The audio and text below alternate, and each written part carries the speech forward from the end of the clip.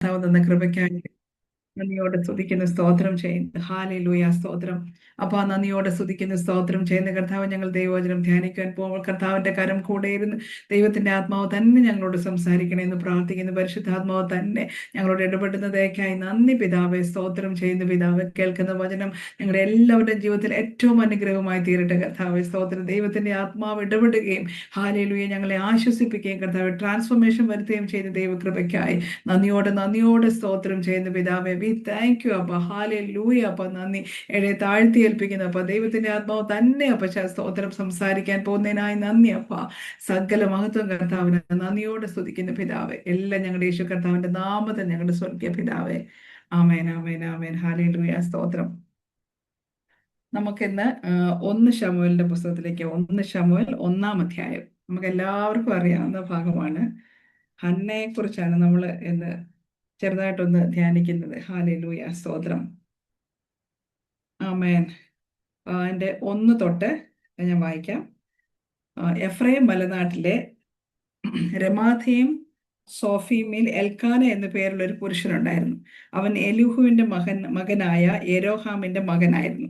എലിഹു എഫ്രൈമിനായ സൂഫിന്റെ മകനായ തോഹുവിന്റെ മകനായിരുന്നു. എൽക്കാനയ്ക്ക് 2 ഭാര്യമാരുണ്ടായിരുന്നു. ഒരുത്തിക്ക് ഹന്ന എന്നും മറ്റവൾക്ക് പെനീന എന്നും പേര്. പെനീനയ്ക്ക് മക്കളുണ്ടായിരുന്നു, ഹന്നയ്ക്കോ മക്കളില്ലായിരുന്നു. അവൻ ഷീലോവിൽ സൈന്യങ്ങളുടെ യഹോവയെ നമസ്കരിക്കുവാനും അവനെ യാഗം കഴിക്കുവാനും തന്റെ പട്ടണത്തിൽ നിന്ന് ആണ്ടുതോറും ഷീലോവിലേക്ക് പോകുക പതിവായിരുന്നു. ഏലിയുടെ 2 പുത്രന്മാരായ യഹോവയ്ക്ക് പുരോഹിതന്മാരായിരുന്ന ഹൊഫ്നിയും ഫീനെഹാസും അവിടെ ഉണ്ടായിരുന്നു. എൽക്കാന യാഗം കഴിക്കുമ്പോഴൊക്കെയും തന്റെ ഭാര്യയായ പെരീനയ്ക്കും അവളുടെ സകല പുത്രന്മാർക്കും ഓഹരി കൊടുക്കും. ഹന്നയ്ക്കോ അവൻ ഹന്നയെ സ്നേഹിക്കൊണ്ട് ഇരട്ടി ഓഹരി കൊടുക്കും. എന്നാൽ യഹോവ അവളുടെ ഗർഭം അടച്ചിരുന്നതിനാൽ അവളുടെ പ്രതിയോഗി അവളെ വ്യസനിപ്പിക്കാൻ തക്കവണ്ണം വളരെ മുഷിപ്പിച്ചു. അവൾ യഹോവയുടെ ആലയത്തിലേക്ക് പോകുന്ന സമയത്തൊക്കെയും ആണ്ടുതോറും അവൾ അങ്ങനെ ചെയ്തു പോന്നു. അവളെ മുഷിപ്പിച്ചതുകൊണ്ട് അവൾ കരഞ്ഞ് പട്ടിണി കിടന്നു. അവളുടെ ഭർത്താവായ എൽക്കാന അവളോട്, ഹന്നെ, നീ എന്തിന് കരയുന്നു? എന്തിന് പട്ടിണി കിടക്കുന്നു? നീ വ്യസനിക്കുന്ന എന്ത്? ഞാൻ നിനക്ക് 10 പുത്രന്മാരെക്കാൾ നന്നല്ലേ എന്ന് പറഞ്ഞു. അവർ ശീലോവിൽ വെച്ച് തിന്നുകയും കുടിക്കുകയും ചെയ്ത ശേഷം ഹന്ന എഴുന്നേറ്റ് പോയി. പുരോഹിതനായ ഏലി യഹോവയുടെ മന്ദിരത്തിന്റെ വാതിൽക്കൽ ആസനത്തിൽ ഇരിക്കുകയായിരുന്നു. അവൾ മനോവ്യസനത്തോടെ യഹോവയോട് പ്രാർത്ഥിച്ച് വളരെ കരഞ്ഞു. ആമേൻ. ഹാലേലൂയ. ബാക്കി നമുക്ക് അടുത്ത ഭാഗം പിന്നെ വായിക്കാം. സ്തോത്രം. ഹാലേലൂയ. അപ്പം ഇന്ന് നമ്മൾ ധ്യാനിക്കുന്ന ഹന്നയുടെ ചില സ്പെഷ്യാലിറ്റീസ് ആണ്. കുറച്ച് കാര്യങ്ങൾ ഹന്നയിൽ നിന്ന് നമുക്ക് എന്തൊക്കെ പഠിക്കാനുണ്ട്.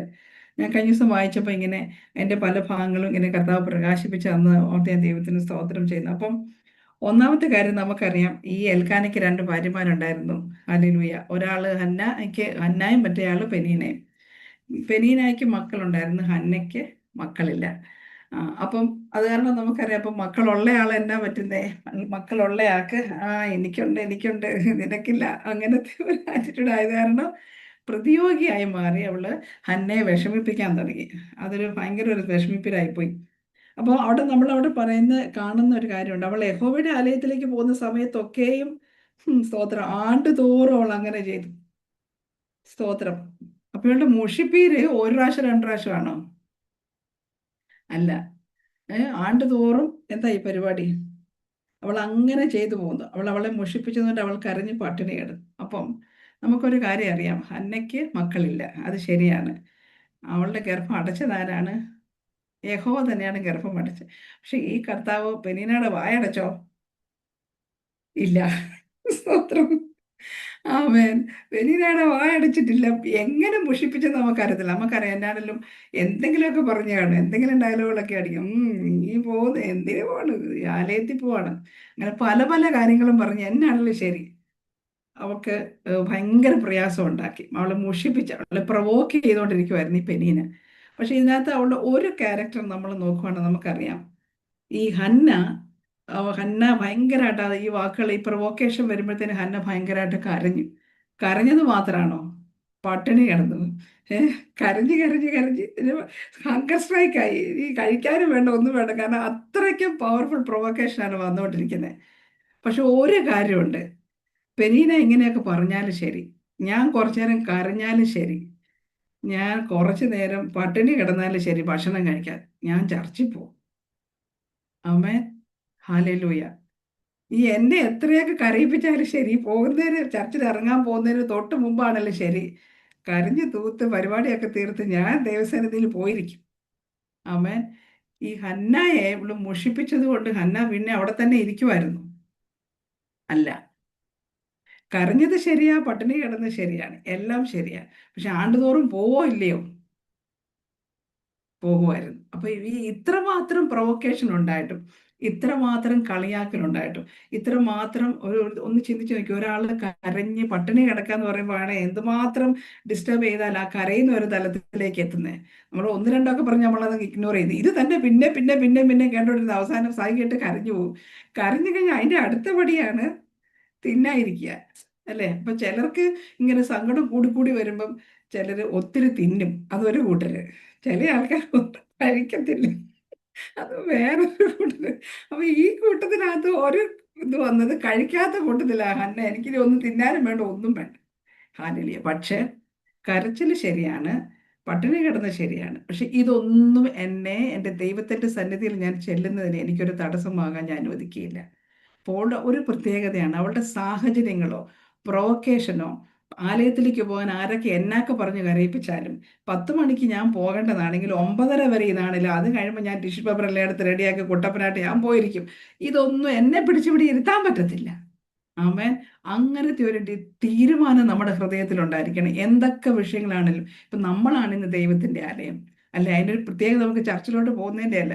ഇന്ന് നമ്മൾ ദൈവത്തിന്റെ ആലയാണെങ്കിൽ ദൈവത്തെ നമുക്ക് ആരാധിപ്പാനും ദൈവത്തെ മാനിക്കാനും ദൈവസന്നിധിയിൽ ഇരിപ്പാനും ഇതൊന്നും നമുക്ക് തടസ്സമായി മാറരുത്. നമ്മളെ കരയിപ്പിക്കുന്നവരെ കാണും. ഒരു പക്ഷെ നമ്മൾ ചിലപ്പം ഹങ്കർ സ്ട്രൈക്ക് അടിച്ചെന്നിരിക്കും, നമുക്ക് എങ്ങനെയൊക്കെ റിലീസ് ചെയ്യാൻ പറ്റും നമ്മൾ ആ രീതിയിലൊക്കെ കാണിച്ചെന്നിരിക്കും. പക്ഷെ ഇതൊക്കെ ആ കുറച്ച് സമയമേ ഉള്ളൂ. ഓക്കെ, അത് കഴിയുമ്പോൾ ഞാൻ എൻ്റെ അപ്പച്ചൻ്റെ അടുത്തുണ്ട്. അതായിരിക്കണം നമ്മുടെയും തീരുമാനം. ഇത്രയെല്ലാം അവൾ ചെയ്തിട്ടും അതിനെ ഓവർകം ചെയ്ത് ഹന്ന കരഞ്ഞതും പട്ടിണി കിടന്നതും ഒക്കെ ഒരു വശത്ത്, അതൊക്കെ നമ്മുടെ എല്ലാവരുടെയും ജീവിതത്തിൽ ഈ വിഷയങ്ങളൊക്കെ ഇതുപോലെയൊക്കെ വരുന്ന.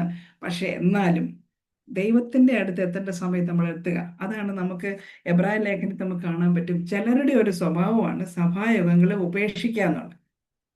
അമ്മേ, സഭായോഗങ്ങളെ ഉപേക്ഷിക്കുക എന്നുള്ളത് ചിലരുടെ as is the habit of some. എന്നുവെച്ചാൽ ചിലർക്ക് അതങ്ങ് പതിവാ.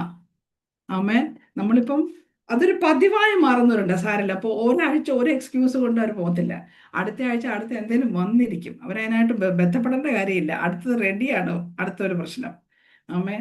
അപ്പം നമ്മൾ ചിന്തിക്കുകയും പ്രത്യേകിച്ച് നാൾ അടുത്ത് വരുന്തോറും, കർത്താവിൻ്റെ വരവ് അടുത്ത് വരുന്തോറും നമ്മൾ അധികം അധികമായി അന്യോന്യം പ്രബോധിപ്പിക്കുകയും സൽപ്രവർത്തിക്കാനായിട്ട് നമ്മൾ അങ്ങോട്ടും ഇങ്ങോട്ടും ഉത്സാഹിപ്പിക്കുകയൊക്കെ ചെയ്യേണ്ട. അതുകൊണ്ട് ചിലർ ചെയ്യുന്നത് പോലെ ഉപേക്ഷയായിട്ട് വിചാരിക്കേണ്ട ഒന്നല്ല. ഈ ഞാൻ എന്തിനാ പോണത്, ഞാൻ പോകാൻ ഇവിടെ ഇറങ്ങുമ്പോൾ തന്നെ കണ്ട് മുഷിപ്പിക്കാൻ ഇങ്ങനെ ഇത് തന്നെ പരിപാടി. ഞാനിവിടെ കരഞ്ഞും പട്ടിണി കിടന്നിരിക്കുക, എനിക്ക് എന്തിനാ പോണത്, ഞാൻ പോകുന്നില്ലെന്ന് പറഞ്ഞിങ്ങനെ ഇരിക്കാനല്ല. ആമേൻ. അതിനെല്ലാം കവച്ച് മുന്നോട്ട് വെക്കുന്ന ഒരു തീരുമാനമായിരിക്കണം നമുക്ക്. ഹാലലി. ഇങ്ങനെ ഉപേക്ഷിക്കാനുള്ളതല്ല. അല്ലെങ്കിൽ എൻ്റെ ദൈവം എന്നെ ഏൽപ്പിച്ചിരിക്കുന്ന കാര്യങ്ങൾ, എൻ്റെ ദൈവത്തെ ഞാൻ ആരാധിക്കും, എൻ്റെ ദൈവത്തിൻ്റെ സന്നിധിയിൽ ഞാൻ പോയിരിക്കും. ഹാലലി. എന്നിലൂടെ എൻ്റെ ദൈവം ആഗ്രഹിക്കുന്ന കാര്യങ്ങൾ നടക്കുവാൻ ഈ പറയപ്പെട്ട മുഷിപ്പിക്കലോ അതുകൊണ്ട് ഞാൻ കരഞ്ഞതുകൊണ്ട് പട്ടിണി കിടന്നിട്ട് ഇതൊന്നും എന്നെ പുറകോട്ട് മാറ്റത്തില്ല. ആ ഒരു തീരുമാനമായിരുന്നു ഹന്നയുടെ. അപ്പം ഇപ്രകാരമുള്ളൊരു തീരുമാനങ്ങൾ എടുക്കാൻ ദൈവം നമ്മളെ സഹായിക്കട്ടെ. ഹാലലൂയ. നമ്മുടെ പ്രശ്നങ്ങളും നമ്മൾ ഒഴുക്കി കണ്ണുനീരും കഴിക്കാതിരുന്നത് അല്ലെ കൂടുതൽ കഴിച്ച് എന്തവസ്ഥയായിക്കോട്ടെ, നമ്മൾ മുന്നോട്ട് തന്നെ പോവുക. ഹാലലി. ഉപേക്ഷയായിട്ട് നമ്മൾ വിചാരിക്കാതെ ദൈവം പറഞ്ഞിരിക്കുന്ന കാര്യങ്ങൾ നമ്മൾ മുന്നോട്ട് സന്തോഷത്തോടു കൂടി തന്നെ ചെയ്യുവാൻ നമ്മൾ മുന്നോട്ട് കാലെടുത്ത് വെക്കുക. ഹാലലൂയ. അതിന്റെ അടുത്തത്, അപ്പൊ ഈ കരഞ്ഞുകൊണ്ടിരിക്കുമ്പോഴത്തേക്കിന് ഭർത്താവ് എന്നാ പറയുന്നത്? അതെ, നീ എന്തിനാ കരയുന്നേ? ഹല്ലേലൂയ. ഞാനില്ലേ നിനക്ക് 10 പുത്രന്മാരെക്കാളും, അല്ലേ, നന്നല്ലയോ? ഞാൻ നിനക്ക് 10 പുത്രന്മാരെക്കാൾ നന്നല്ലയോ? അതിന്റെ 5-ാമത്തെ വാക്യത്തിൽ പറയുന്നത്, ഹന്നയ്ക്കോ അവൻ ഹന്നയെ സ്നേഹിക്കൊണ്ട് ഇരട്ടി ഓഹരി കൊടുക്കും. ആമേൻ. ഹാലേലൂയ. പക്ഷേ ഹന്നയ്ക്കൊരു കാര്യം മനസ്സിലായി. ഭർത്താവിന്റെ സ്നേഹമൊക്കെ നല്ലതാണ്, ഭർത്താവിന്റെ സ്നേഹമൊക്കെ വളരെ ഇഷ്ടമാണ്, കൊള്ളാം, വെരി ഗുഡ്. പക്ഷേ ഇതുകൊണ്ട് എനിക്ക് മക്കളാവോ? 10 പുത്രന്മാരെക്കാളും നല്ലത് എന്നാലും എൻ്റെ മോന്റെ സ്ഥാനം എൻ്റെ ഭർത്താവിന് എന്തായാലും എടുക്കാൻ പറ്റത്തില്ല. പറ്റുമോ? ഒരിക്കലും പറ്റത്തില്ല. അപ്പം ഹന്ന ഒരു കാര്യം തീരുമാനിച്ചു, ഈ സ്നേഹമൊക്കെ നല്ലത്, പക്ഷെ ഞാൻ ഇവിടം കൊണ്ട് സെറ്റിൽ ചെയ്യാൻ പോകുന്നില്ല. ആമേൻ. So do not settle for the less. ദൈവം എന്ത് നമ്മളെക്കുറിച്ച് ആഗ്രഹിക്കുന്നുണ്ടോ അത് തന്നെ നമ്മൾ പ്രാപിക്കണം. അതായിരിക്കണം നമ്മുടെ ആഗ്രഹം. ഹാലേലൂയ. അല്ലാതെ ഈ ഭർത്താവിന്റെ സ്നേഹം തന്നെ, ഓക്കെ ഇനി ഇതൊക്കെ ഉണ്ടല്ലോ, പെനീനെ മുഷിപ്പിച്ചാലും വേണ്ടില്ല, അവളെക്കാളും കൂടുതൽ എന്നെ സ്നേഹിക്കുന്നുണ്ടല്ലോ, ആ സ്നേഹം കൊണ്ടൊക്കെ അവിടെ അങ്ങ് ഇരുന്നിരുന്നെങ്കിലോ, അവിടെ ഇരിക്കത്തേ ഉള്ളായിരുന്നു. ആമേ, അവിടെ ഇരിക്കത്തേ ഉള്ളൂ, ആ കംഫർട്ട് സോണിനകത്ത് അതുപോലെ ഇരിക്കുകയുള്ളൂ. എൻ്റെ ഭർത്താവുണ്ട്, 10 പുത്രന്മാരെക്കാളും ശ്രേഷ്ഠന, എന്തൊരു സ്നേഹമാണ്, എനിക്ക് അത് മതി. പിന്നെ വല്ലപ്പോഴും വല്ല ആവശ്യമുണ്ടെങ്കിൽ പെരീനയുടെ മക്കളുണ്ടല്ലോ, ആർക്കെങ്കിലും എന്തെങ്കിലും ചോക്ലേറ്റ് എന്തെങ്കിലും മേടിച്ചു കൊടുത്ത് ഞാൻ അവരെന്തെങ്കിലുമൊക്കെ ചെയ്ത് തരും. ഇങ്ങനെയൊക്കെ ഞാനങ്ങ് പോയാൽ പോരെ എന്ന് ഉള്ള ഒരു തീരുമാനത്തിലേക്ക് വരാനുള്ള എല്ലാ സാഹചര്യങ്ങളും ഹന്നയുടെ അടുത്തുണ്ട്. പക്ഷെ ഹന്ന ഒരു കാര്യം തീരുമാനിച്ചു, ഇതല്ല എൻ്റെ ദൈവം വാഗ്ദത്തം, എനിക്കൊരു കുഞ്ഞിനെ ഇല്ലാതെ പറ്റത്തില്ല. എനിക്ക് ഈ ഭർത്താവിന്റെ സ്നേഹമൊക്കെ ഉണ്ടെങ്കിലും അതെല്ലാം ശരിയാ, പക്ഷെ ഇവിടം കൊണ്ട് ഞാൻ സെറ്റിലാകാൻ പോകുന്നില്ല. ആമേൻ. അപ്പൊ ദൈവം നമുക്ക് എന്താണോ ദൈവത്തിന്റെ വചനത്തിനകത്ത് നമുക്ക് പറഞ്ഞിരിക്കുന്നത്, ഹല്ലേലൂയ, നമ്മൾ എന്തിലാണ് ദൈവത്തിന്റെ വചനം എൻ്റെ വിഷയത്തിൽ എന്നെ കുറിച്ച് സംസാരിക്കുന്നു, എന്താണ് എൻ്റെ ദൈവത്തിന്റെ വാഗ്ദത്തം, അതായിരിക്കണം നമ്മൾ പ്രാർത്ഥിക്കുകയും പ്രാപിക്കുകയും ചെയ്യണ്ടേ. അതിൽ കുറഞ്ഞതിലേക്ക് പോകാൻ നമ്മൾ ലക്ഷ്യം വെക്കണ്ട. അത് എന്ന് കിട്ടുന്നു എന്നുള്ളതല്ല വിഷയം. ആമേൻ. പക്ഷെ അതിന് പകരം കിട്ടുന്ന, അതിന്റെ കൂട്ടത്തിൽ ശകല ആശ്വാസത്തിനായിട്ട് കിട്ടുന്ന, ഈ പറഞ്ഞ പോലെ ഞാൻ ഇന്നലെയാണ് ഒരു മെസ്സേജ് കേട്ടപ്പോൾ പറയാം, ഇല ഇട്ട് കഴിഞ്ഞപ്പോൾ പിന്നെ ഇല ഇട്ടിട്ട് പുളിയിഞ്ചിയും പിന്നെ അച്ചാറും ഇതൊക്കെ ആദ്യം കൊണ്ടുവെക്കുന്ന, അത് തിന്ന് എഴുന്നേറ്റ് പോയാൽ പിന്നെ വരുന്നേ ഉള്ളൂ മെയിൻ കോഴ്സ്. അല്ലേലൂയ. അപ്പം ഇത് ഇട്ടിട്ട് ഇത് കഴിച്ച് എഴുന്നേറ്റ് പോകരുത്. അടുത്തതുണ്ട് കട്ട്ലറ്റ് സർലാസ് ഇട്ട് കഴിഞ്ഞാൽ അത് തേച്ച് പോയിട്ടുണ്ട്, കാര്യമുണ്ട്, തീർന്നെന്ന് പറഞ്ഞില്ല. അടുത്ത് വരുന്ന അപ്പം സ്റ്റൂ ഉണ്ട്, ബ്രെഡും ബീഫിന്റെ തന്നെ, ബീഫിന്റെ വേറൊരു സാധനം ഉണ്ടെങ്കിൽ മറന്നുപോയി, സദ്യ കഴിച്ചിട്ട് ഒത്തിരി നാളെ. ബീഫും അടുത്ത സാധനം, പിന്നെ ചോറ്, മോരുകറി, തോരൻ, മീൻ പറ്റിച്ചത്, ഇതെല്ലാം അടുത്ത റൗണ്ട് കിടക്കുക. ഈ പുളിയിഞ്ചി സംഭവം ആദ്യത്തെ റൗണ്ട്, അല്ലെങ്കിൽ കട്ട്ലറ്റ് സർലാസും കഴിച്ചു കഴിഞ്ഞ് ഇത് മതി എന്ന് പറഞ്ഞ് പോയാൽ ആർക്കാ നഷ്ടം?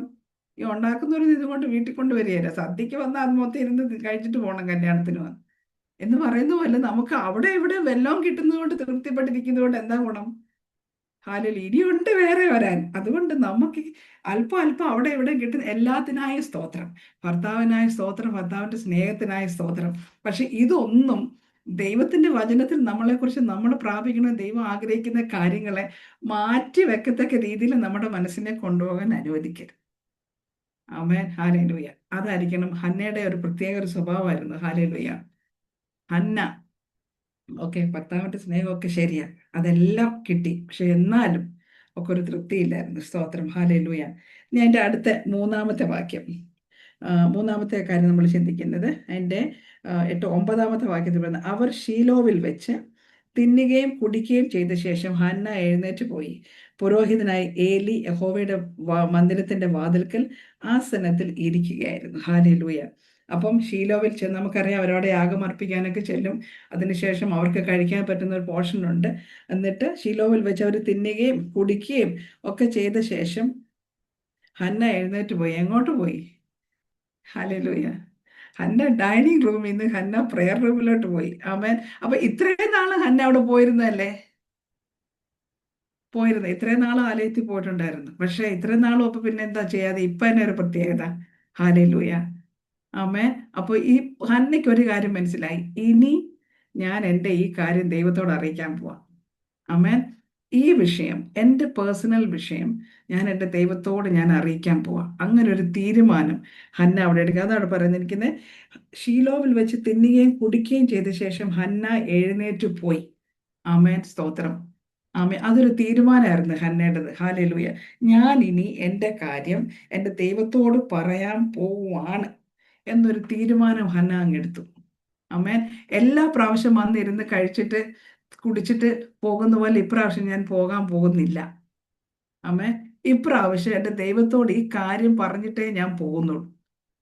ഈ കാര്യം ഇന്ന് വരെ ഞാൻ ദൈവസന്നിധിയിൽ വന്ന പോലെ അല്ല ഞാൻ വന്നിട്ട് പോകാൻ പോണേ. എല്ലാ പ്രാവശ്യവും ആണ്ടുതോറും വന്നുകൊണ്ടിരിക്കുവാണ്. ഇവിടുന്ന് അങ്ങ് തിരിച്ചു ചെല്ലും, പെനീന വാ, പിന്നെയും തുറക്കും, പിന്നെയും തുറക്കും, അടുത്ത റൗണ്ട് പിന്നെയും വരും, ഇത് ഇങ്ങനെ പൊക്കോണ്ടിരിക്കുവാണ് അല്ലേ?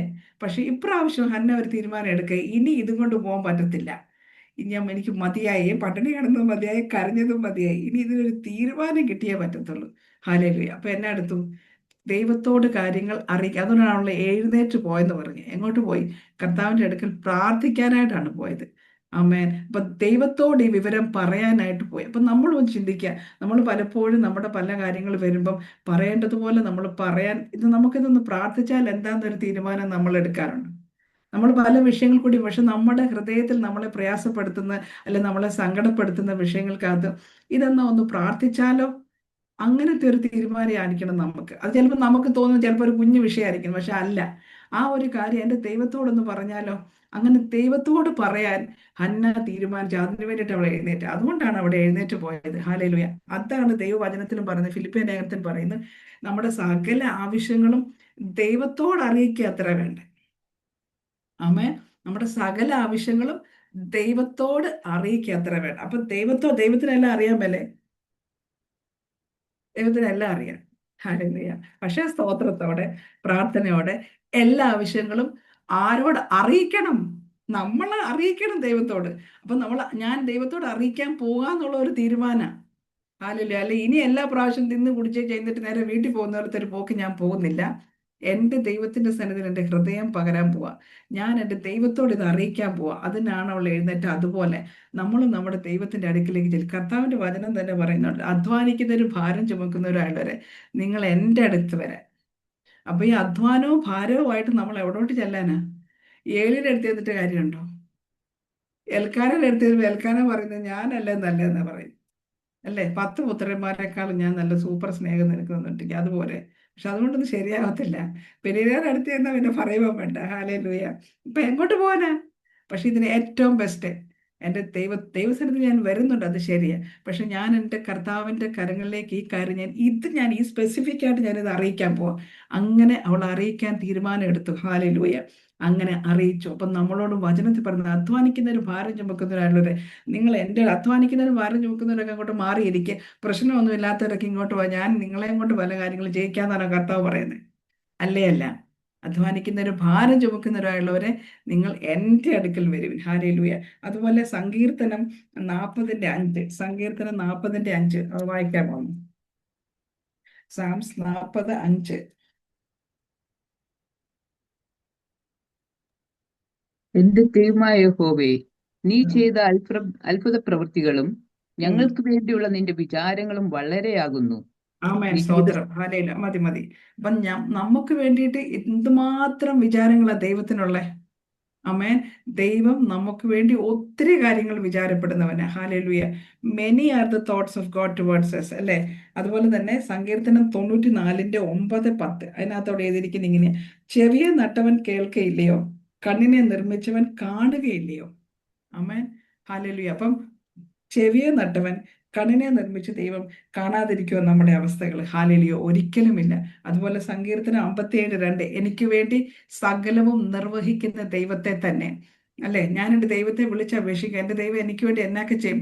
എനിക്ക് വേണ്ടി സകലവും നിർവഹിക്കുന്ന ദൈവത്തെ തന്നെ. അപ്പം എനിക്ക് വേണ്ടി സകലവും നിർവഹിക്കുകയും എനിക്ക് വേണ്ടിയിട്ട് ഒത്തിരി ചിന്തിക്കുകയും, ഹാലേലൂയ, എന്നെ കരുതുകയും എൻ്റെ കാര്യങ്ങളെല്ലാം അറിയിക്കുക, എൻ്റെ തലയിലെ തലമുടി പോലും എണ്ണി വെച്ചിരിക്കുന്ന ദൈവത്തിനാണോ എൻ്റെ ഈ വിഷയങ്ങൾ അറിയാൻ മേലാത്ത?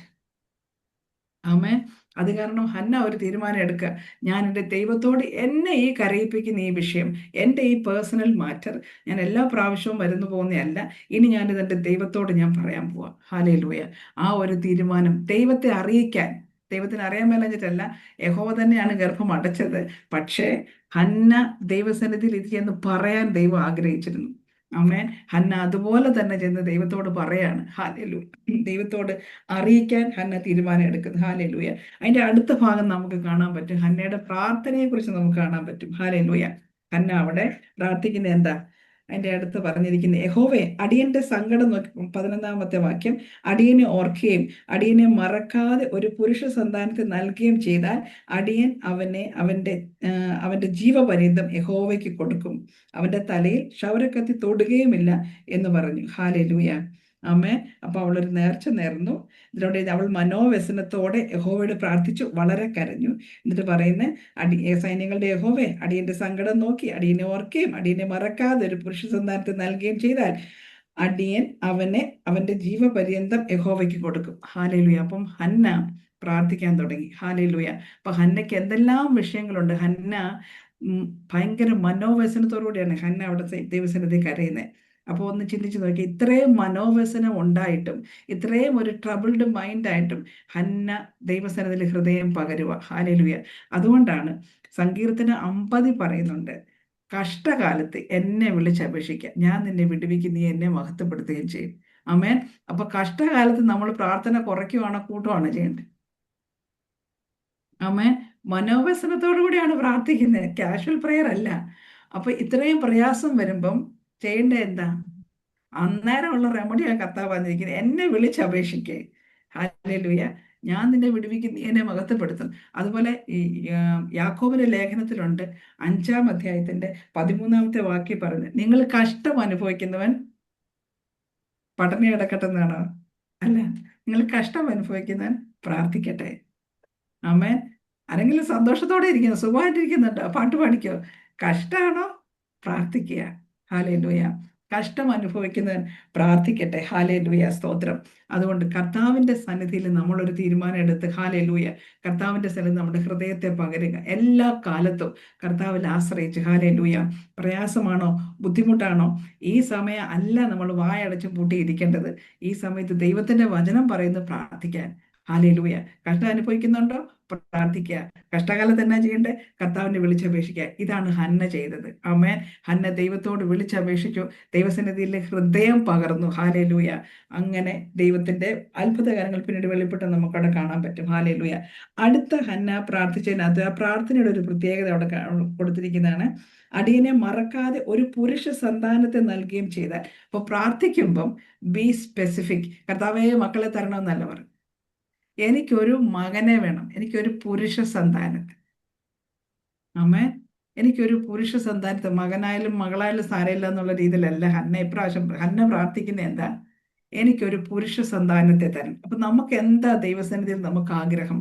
ദൈവത്തിന്റെ വചനം പറയുന്ന പോലെ യഹോവയിൽ തന്നെ രസിച്ചു കൊള്ളുക, അവൻ നിനക്ക് നിന്റെ ഹൃദയത്തിലെ ആഗ്രഹങ്ങൾ നൽകി തരും. ഹാലേലൂയ. ഒരു മകന്റെ ആവശ്യകത ഹന്നയ്ക്ക് വ്യക്തമായിട്ട് മനസ്സിലായി. അതുകൊണ്ട് ഹന്ന ദൈവത്തോട് പറയുക, എനിക്ക് മക്കളെ ഇങ്ങനെ നൽകണമെന്നല്ല പറയുന്നത്, സ്പെസിഫിക് ആയിട്ട് നമ്മൾ പ്രാർത്ഥിക്കുക. ദൈവത്തിന്റെ വചനം പറഞ്ഞ നീതിമാന്റെ ശ്രദ്ധയോടുകൂടിയുള്ള പ്രാർത്ഥന വളരെ ഫലിക്കും. നമുക്കറിയാവോ നമ്മൾ എന്നാ പ്രാർത്ഥിക്കുന്നത്? പ്രാർത്ഥിച്ചു കഴിഞ്ഞാൽ എന്നാക്കെയാ പ്രാർത്ഥിച്ചത് നമുക്കറിയാവോ? ആമേൻ. അപ്പൊ ശ്രദ്ധയോടുകൂടി എന്നതാ നമ്മൾ പറയുന്നതെന്ന് ശ്രദ്ധയോടുകൂടി പ്രാർത്ഥിക്കുക. B specific. കണ്ണ് കാണാൻ മേലത്തെ വൃത്തിപാട് കർത്താവ് ചോദിച്ചു, കർത്താവിന്റെ അടുത്തേക്ക് നിലവിളിച്ച് പിന്നീട് ദൈവസന്നിധിയിൽ എത്താൻ നേരത്ത്, നിനക്ക് എന്നാ, ഞാൻ എന്ത് ചെയ്തു തരണം? നിനക്ക് ഇഷ്ടമുള്ളതൊക്കെ ചെയ്യുക കർത്താവേ എന്നാണ് പറഞ്ഞേ? അല്ല, എനിക്ക് കാഴ്ച വേണം. ആമേൻ. ഹല്ലേലൂയ. എനിക്ക് കാഴ്ച വേണം. അപ്പൊ എന്താ നമുക്ക് വേണ്ടത്? അത് നമ്മൾ ദൈവത്തോട് പറയുക. B specific when we pray. Hallelujah.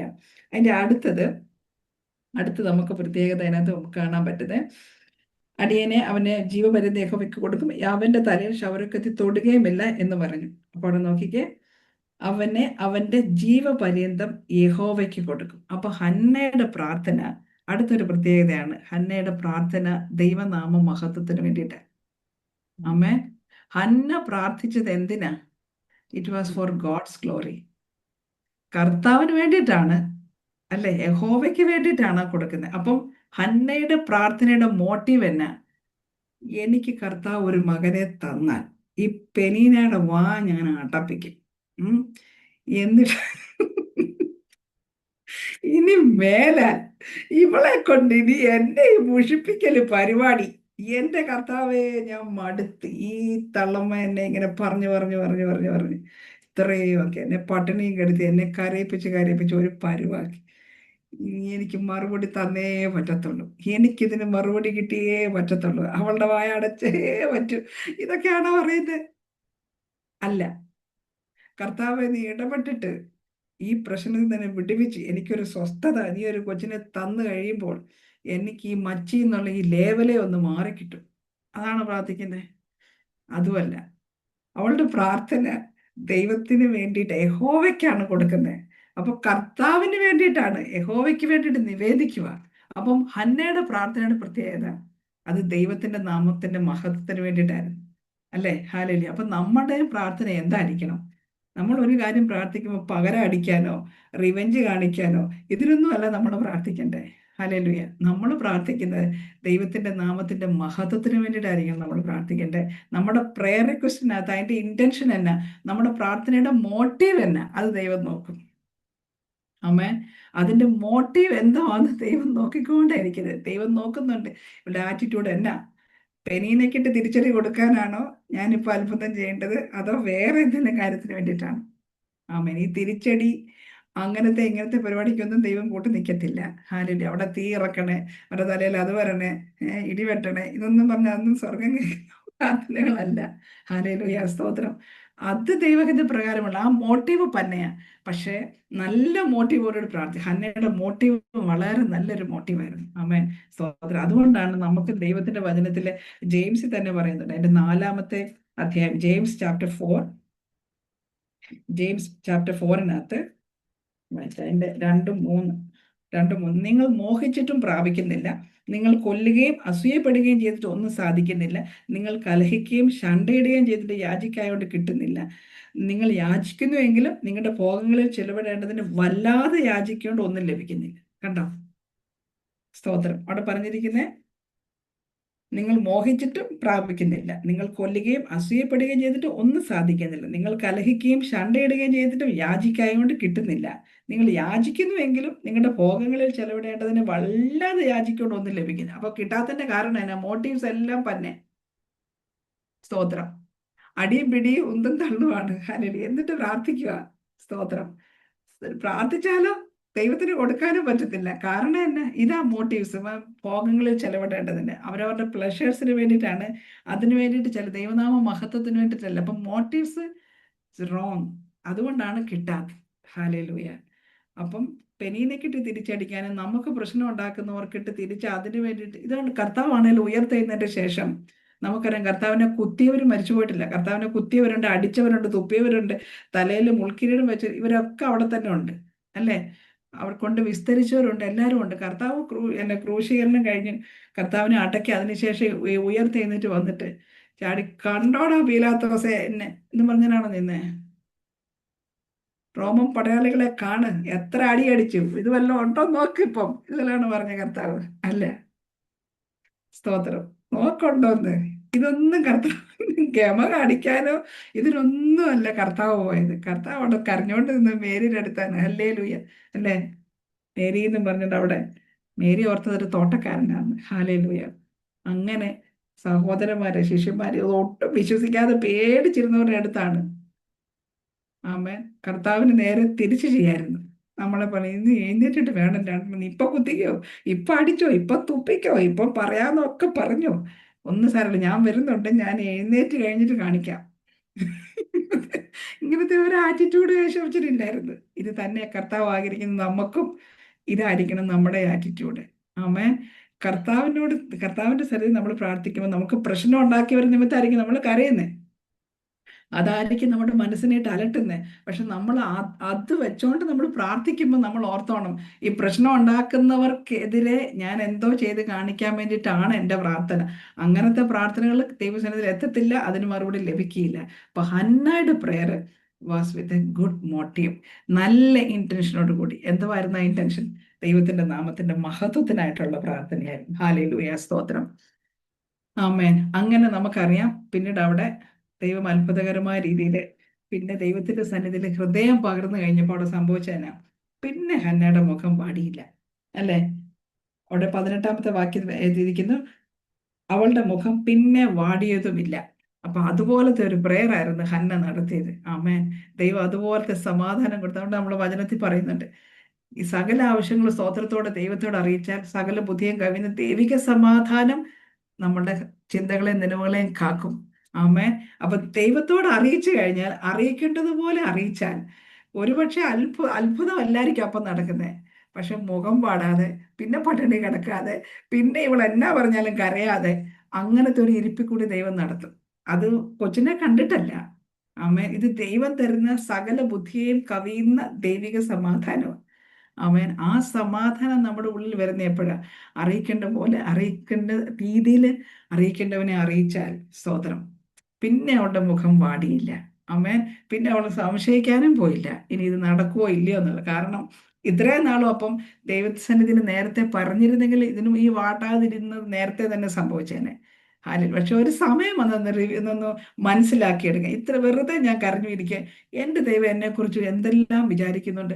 കണ്ണിനെ നിർമ്മിച്ചവൻ കാണുന്നില്ലേ, ചെവി നട്ടവൻ കേൾക്കത്തില്ലേ, ഇതൊക്കെ എൻ്റെ ദൈവം കേൾക്കുന്നില്ലേ ഈ പറയുന്നതന്നെ. അതുകൊണ്ട് എന്തുകൊണ്ട് ഞാൻ എൻ്റെ ദൈവത്തോട് അറിയിച്ചുകൂടാ? മുഴുവൻ ദൈവത്തോട് പറഞ്ഞു, നല്ല ഇൻറ്റൻഷനോടുകൂടി ദൈവത്തോട് പറഞ്ഞു.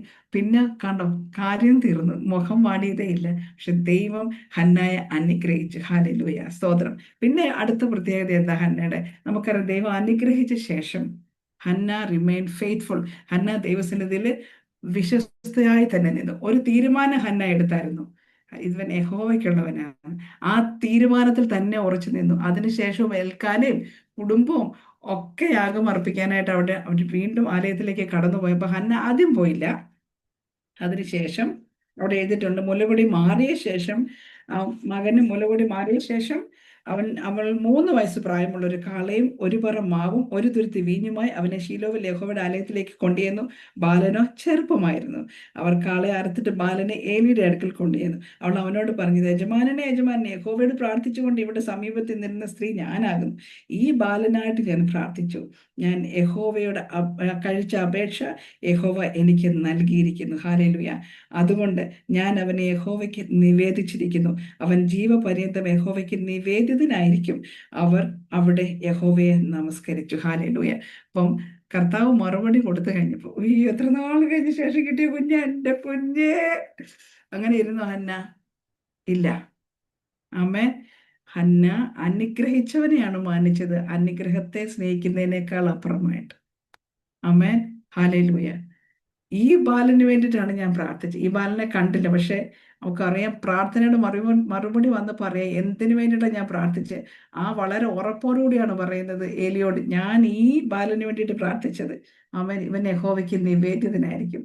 അപ്പോൾ എത്ര വർഷം കഴിഞ്ഞിട്ട് എന്തുമാത്രം പലവിധമായ പ്രയാസങ്ങൾ കൂടി കടന്നുപോയ ശേഷം വന്നൊരു മറുപടി ആണെങ്കിൽ തന്നെ നമ്മൾ എന്ത് ദൈവസന്നിധിയിൽ ഒരു തീരുമാനം എടുത്തോ, ആമേൻ, അതിൽ നമ്മൾ ഉറച്ചു നിന്ന് ഹല്ലേലൂയ പറഞ്ഞതുപോലെ തന്നെ ദൈവസന്നിധിയിൽ നമ്മളത് അർപ്പിക്കുക. ആമേൻ. ഹല്ലേലൂയ. അവൾ വിശ്വസ്തയായിരുന്നു. അതിനെ കൂടുതൽ സ്നേഹിച്ചോണ്ട് ഹല്ലേലൂയ, എൻ്റെ കർത്താവെ അതങ്ങ് വിട്ടേറി, ഞാൻ അന്നേരത്തെ ഒരു ഇതിനങ്ങ് പറഞ്ഞു പോയത്, അതെന്നോട് ക്ഷമിക്കണേ എന്ന് പറഞ്ഞ് പ്ലേറ്റ് മാറ്റിയോ? ഇല്ല. എത്ര നാൾ ഇനി ഒരു കൊച്ചുണ്ടാവുകയാണ് ഞാൻ ഉറപ്പായിട്ടും തന്നേക്കാം, ഈവൻ ഈ പ്രാവശ്യം എൻ്റെ ഇരിക്കട്ടെ എന്ന് പറഞ്ഞോ? ഇല്ല. കർത്താവെ അടുത്ത പ്രാവശ്യം ആവട്ടെ എന്ന് പറഞ്ഞു? ഇല്ല. ഇതൊന്നും പറഞ്ഞില്ല. അതാണ് ഹന്നയുടെ ഒരു പ്രത്യേകത. ആ എടുത്ത തീരുമാനത്തിനകത്ത് ഉറച്ചു നിന്ന് ദൈവസന്നിധിയിൽ ഹല്ലേലൂയ അനുഗ്രഹത്തെക്കാളും അനുഗ്രഹിച്ചവനെ തന്നെ മാനിക്കുന്ന ഒരു സ്വഭാവം. ആമേൻ. നാളുകൾക്ക് ശേഷം കിട്ടിയതാണെങ്കിലും ആ കുഞ്ഞിന്റെ പുറകെ നടന്ന് സമയം കളയാതെ, ആ കുഞ്ഞിനെ പിടിച്ചുകൊണ്ടിരുന്നോണ്ടിരിക്കാതെ ഹല്ലേലൂയ ഒരു തീരുമാനം എടുത്ത്, ഞാൻ എന്ത് തീരുമാനം എടുത്തു? ദൈവനാമ മഹത്വത്തിനായിട്ടാണ്, ഹല്ലേലൂയ യഹോവയ്ക്ക് വേണ്ടിയിട്ടാണ്. അതുകൊണ്ട് ഞാൻ ഈ കുഞ്ഞിനെ ഇത് അതുപോലെ തന്നെ ചെയ്യുന്നൊരു തീരുമാനം എടുത്ത് ഹല്ലേലൂയ. അല്ലാതെ ലവുദിക്യ സഭ പറയുന്ന പോലെ ഞാൻ ധനവാൻ, എനിക്കിനി ഒന്നിനും മുട്ടില്ല, ഞാൻ സമ്പന്നയായിരിക്കുന്നു. ഈ കർത്താവ് എവിടാ? ആമേൻ. ഹല്ലേലൂയ. ശീതോഷ്ണ അവസ്ഥയിലേക്ക് പോയി. കാരണം ഇപ്പൊ എല്ലാം ആയി. അവൻ ധനവാനായി, മുട്ടില്ല. ഇനി എന്താ കുഴപ്പം? ഒരു കുഴപ്പമില്ല. പക്ഷെ കർത്താവ് വാതുക്കൽ നിന്ന് മുട്ടുക. ആമേൻ. ഈ സഭയുടെ വാതുക്കൽ നിന്ന് കർത്താവ് മുട്ടുന്നത്, അവിശ്വാസിയുടെ അല്ല. ആമേൻ. ഞാൻ വാതുക്കൽ നിന്ന് മുട്ടുന്നു. ആരുടെ? ഹല്ലേലൂയ, സ്തോത്രം. അപ്പം ഞാൻ സമ്പന്നൻ, ഞാൻ ധനവാനായിരിക്കുന്നു, എനിക്കൊന്നിനും മുട്ടില്ല. ആ അവസ്ഥയിലേക്ക് പോകുമ്പോൾ കർത്താവ് പറഞ്ഞ് ദരിദ്രൻ, അരിഷ്ടനാ, കുരുടനാ, നഗ്നനാ, പല പേരുകളാ. ആമേൻ, സ്തോത്രം. പക്ഷെ അല്ലാതെ നോക്കുമ്പോഴോ വെളിയിൽ നോക്കുമ്പോഴോ എന്തൊരു അനുഗ്രഹിക്കപ്പെട്ട ജീവിതം, ഒന്നിനും കുറവില്ല. എന്തൊരു ബിസിനസ്, ഹല്ലേലൂയ, എന്തെല്ലാം കാര്യങ്ങളാ ആ പുള്ളി അടിച്ചു പൊളിച്ച്. ഇതാണ് ദൈവത്തിന്റെ അനുഗ്രഹം. പക്ഷെ ദൈവം പറയുന്നത് കണ്ടോ, ഇതാണ് അവസ്ഥ. ആമേൻ. ആ ഒരു അവസ്ഥയിലേക്ക് പോകാതെ ഹല്ലേലൂയ തീരുമാനത്തിൽ ഉറച്ചു തന്നെ നിന്ന ഒരു സ്വഭാവമായിരുന്നു ഹന്നയുടേത്. ഹല്ലേലൂയ. അപ്പൊ അതും നമ്മുടെ ജീവിതത്തിൽ ഹെൽപ്പസ്, നമുക്ക് പ്രാർത്ഥിക്കാം, കർത്താവെ ഞങ്ങൾക്ക് എന്നും വിശ്വസ്തരായിട്ട് നിൽക്കുവാൻ കർത്താവിന് ഞങ്ങൾക്ക് കൃപ തരണേന്ന്. ഹല്ലേലൂയ. അതിന്റെ അടുത്ത ഭാഗമാണ് എന്നെ ഒത്തിരി സന്തോഷിപ്പിച്ച് 2-ാമത്തെ അധ്യായത്തിനകത്ത് നമുക്ക് കാണാം. അടുത്തതാണ് ഹന്നയുടെ സമയം. ഹല്ലേലൂയ. അവിടെ പറഞ്ഞിരിക്കുന്നത്, അനന്തരം ഹന്ന പ്രാർത്ഥിച്ച് പറഞ്ഞ എന്തെന്നാൽ, എൻ്റെ ഹൃദയം യഹോവയിൽ ആനന്ദിക്കുന്നു, എൻ്റെ കൊമ്പ് യഹോവയിൽ ഉയർന്നിരിക്കുന്നു, എൻ്റെ വായ് ശത്രുക്കളുടെ നേരെ വിശാലമാകുന്നു, നിന്റെ രക്ഷയിൽ ഞാൻ സന്തോഷിക്കും. കണ്ടോ, ഒരു ദിവസം വരും, ഹാലേലൂയ, നമ്മുടെ വായ വിശാലമാകുന്ന ഒരു ദിവസം വരും. ആമേൻ, ഹാലേലൂയ. അത്രയും നാൾ ഞാൻ മിണ്ടാതിരുന്ന് കരഞ്ഞു, അത് ശരിയാ, ഞാനിരുന്ന് കരഞ്ഞു പട്ടിണി കിടന്നു, ശരിയാ. ഇനി എൻ്റെ ടേണ. Hallelujah, hallelujah. എന്നാ ഞാൻ പറയാൻ പോകുന്നത്, എൻ്റെ വായ ശത്രുക്കളുടെ നേരെ വിശാലമാകുന്നു, നിന്റെ രക്ഷയിൽ ഞാൻ സന്തോഷിക്കുന്നു. എന്തെല്ലാം കാര്യങ്ങളാണ് ഹന്ന അവിടെ പ്രാർത്ഥിച്ചു പറയുന്നത്. ആമേൻ. യഹോവയെ പോലെ പരിശുദ്ധനില്ല, നീയല്ലാതെ ഒരുത്തനുമില്ല. ഹാലേലൂയ, സ്തോത്രം. നമ്മുടെ ദൈവത്തെ പോലെ ഒരു പാറയുമില്ല. ഡംപിച്ച് ഡംപിച്ച് നീ സംസാരിക്കരുത്, നിങ്ങളുടെ വായിൽ നിന്ന് അഹങ്കാരം പുറപ്പെടരുത്. കണ്ടോ വരുന്നേ. ആമേൻ, ഹാലേലൂയ. ഇത്രയും നാൾ ഇത് മുഴുവൻ കേട്ടയാളാ. ആമേൻ, ഇത്രയും നാൾ ഇത് മുഴുവൻ കേട്ടയാളാ. അന്നേരം ഒന്നും മിണ്ടിയില്ല. സകല കാര്യങ്ങളും ദൈവസന്നിധിയിൽ ഏൽപ്പിച്ചു. അതിനുശേഷം കണ്ടോ, നമുക്ക് ദൈവം ഒരു സമയം തരും. ഹാലേലൂയ, നമുക്ക് സംസാരിപ്പാൻ. നമ്മുടെ വായ ശത്രുക്കളുടെ നേരെ വിശാലമാകുന്ന ഒരു സമയമുണ്ട്. അതാണ് നമ്മുടെ ടെസ്റ്റ് മണി ടൈം. ഹാലേലൂയ. നമ്മുടെ ടെസ്റ്റ് മണി എന്തായിരിക്കും? നമ്മുടെ അനുഭവം തന്നെ ഒരു ടെസ്റ്റ് മണി. നോക്കിക്കേ, ഹന്നയുടെ പ്രാർത്ഥിച്ചവൾ പറഞ്ഞ കാര്യങ്ങൾ ഇവിടെ എഴുതി വെച്ചിരിക്കുക. ആമേൻ. ദൈവം എത്ര നാൾ കഴിഞ്ഞ്, നമ്മളിപ്പോ എത്രാമത്തെ തലമുറകൾ, എത്രയോ നൂറ്റാണ്ടുകൾ കഴിഞ്ഞിട്ട് നമ്മളിത് വായിക്കുന്നേ. ആമേൻ, ഹാലേലൂയ. അതാണ് ഹന്ന ഒരു ലെഗസി തന്നെ ഇട്ടിട്ടാ പോയത്. സ്തോത്രം. അവിടെ പറഞ്ഞിരിക്കുന്നുണ്ടോ, എൻ്റെ 9-ാമത്തെ വാക്യം, തന്റെ വിശുദ്ധന്മാരുടെ കാലുകളെ അവൻ കാക്കുന്നു, ദുഷ്ടന്മാർ അന്ധകാരത്തിൽ മിണ്ടാതെയാകുന്നു, സ്വശക്തിയാൽ ഒരുത്തനും ജയിക്കുകയില്ല. ആമേൻ, ഹല്ലേലൂയ. എൻ്റെ താഴെ, യഹോവയുടെ എതിർക്കുന്നവൻ തകർന്നു പോകുന്നു, അവൻ ആകാശത്ത് നിന്ന് അവരുടെ മേൽ ഇടിവെട്ടിക്കുന്നു, യഹോവ ഭൂസീമവാസികളെ വിധിക്കുന്നു, തൻ്റെ രാജാവിന് ശക്തി കൊടുക്കുന്നു, തൻ്റെ അഭിഷിക്തന്റെ കൊമ്പ് ഉയർത്തുന്നു. അങ്ങനെ എത്ര മനോഹരമായിട്ട് കർത്താവിന് എന്തെല്ലാം ചെയ്യാൻ പറ്റുന്നു. എൻ്റെ താഴെ എഴുതിയിരിക്കുന്നത്, സമ്പന്നർ ആഹാരത്തിനായി കൂലിക്ക് നിൽക്കുന്നു, വിശന്നവർ വിശ്രമം പ്രാപിക്കുന്നു, മച്ചി 7 പ്രസവിക്കുന്നു, പുത്രസമ്പന്നയെ ക്ഷയിച്ചു പോകുന്നു. ഹല്ലേലൂയ. ആമേൻ. ഹന്ന ഇത് വെറുതെ പറയുന്നതാണോ? അല്ല.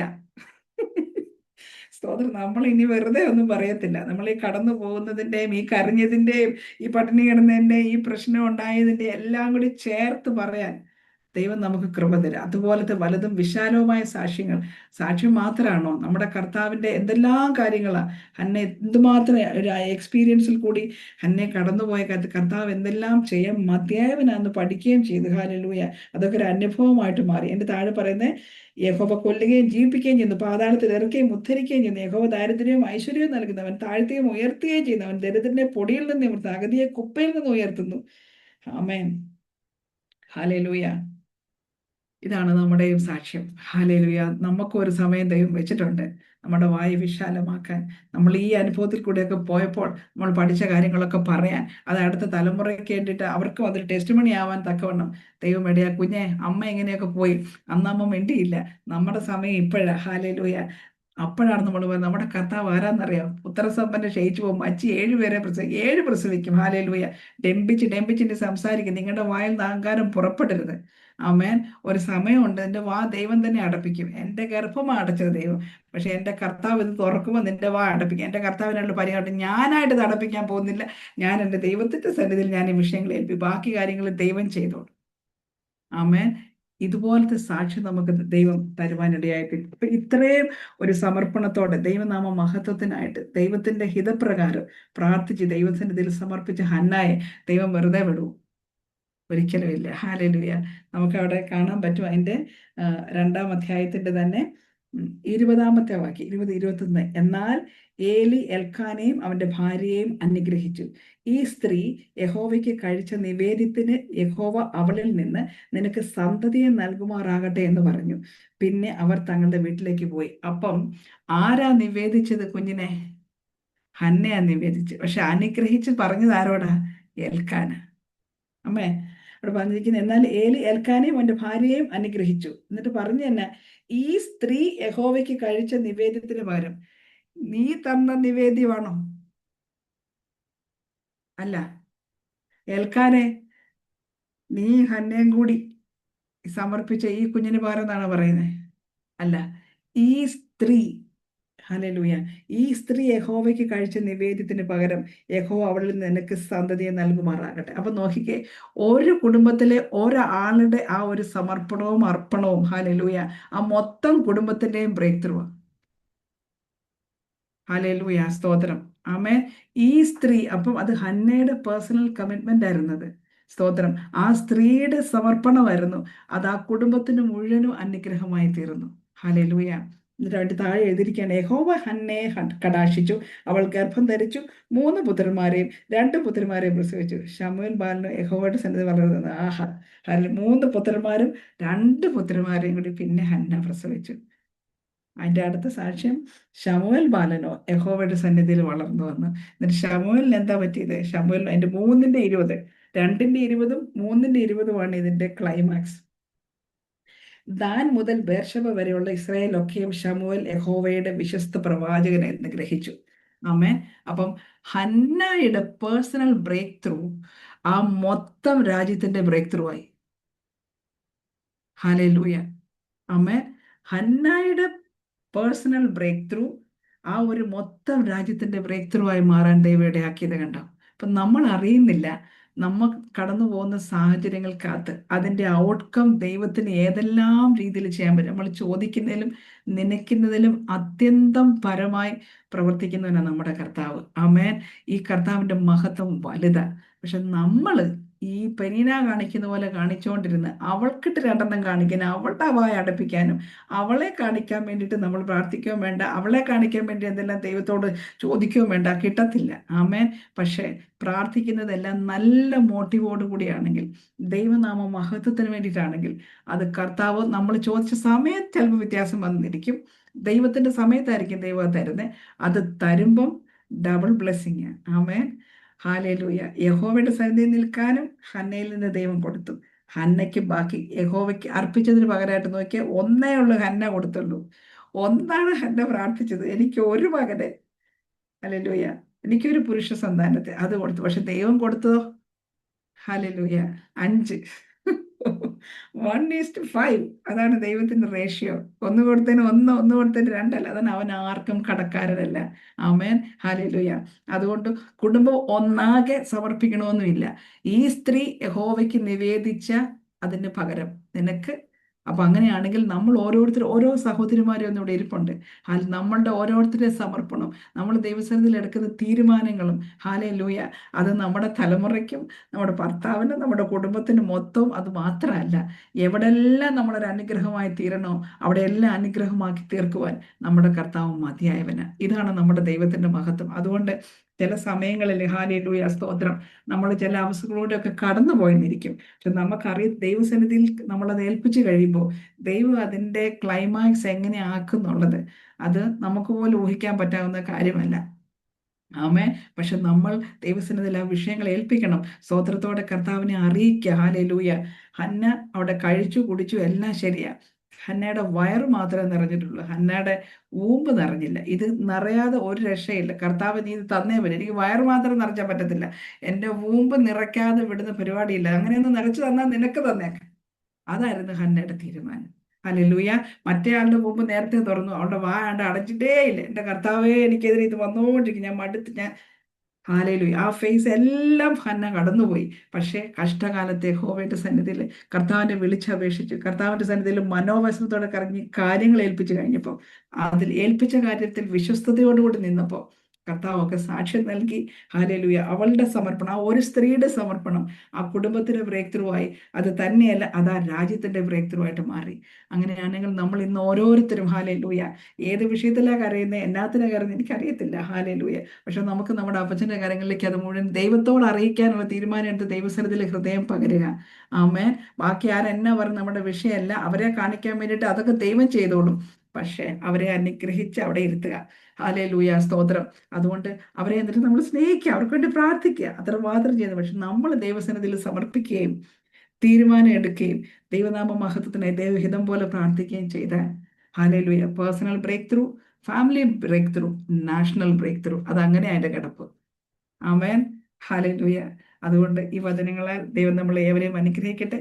എല്ലാവരുടെയും വ്യക്തിപരമായ ജീവിതത്തിൽ ഒരു ബ്രേക്ക് ത്രൂ ഉണ്ടാവട്ടെ, കുടുംബത്തിലൊരു ബ്രേക്ക് ത്രൂ ഉണ്ടാവട്ടെ, രാജ്യങ്ങളിലൊരു ബ്രേക്ക് ത്രൂ ഉണ്ടാവട്ടെ. നമ്മൾ കടന്നു പോകുന്ന വിഷയങ്ങൾ ഒരു കാരണമെന്നേ ഉള്ളായിരിക്കും. പക്ഷെ കർത്താവിന്റെ മഹത്വം വെളിപ്പെടുമ്പോൾ നമ്മൾ ഓരോരുത്തരുടെയും ജീവിതത്തിലൂടെ ദൈവനാമ മഹത്വത്തിനായി പരിശുദ്ധാത്മാവ് ദൈവത്തിന്റെ പ്രവൃത്തികൾ ഇങ്ങനെ എല്ലാ ലെവലിലും വെളിപ്പെടുത്തുവാനിടയായി തീരട്ടെ. God bless you. ആമേൻ.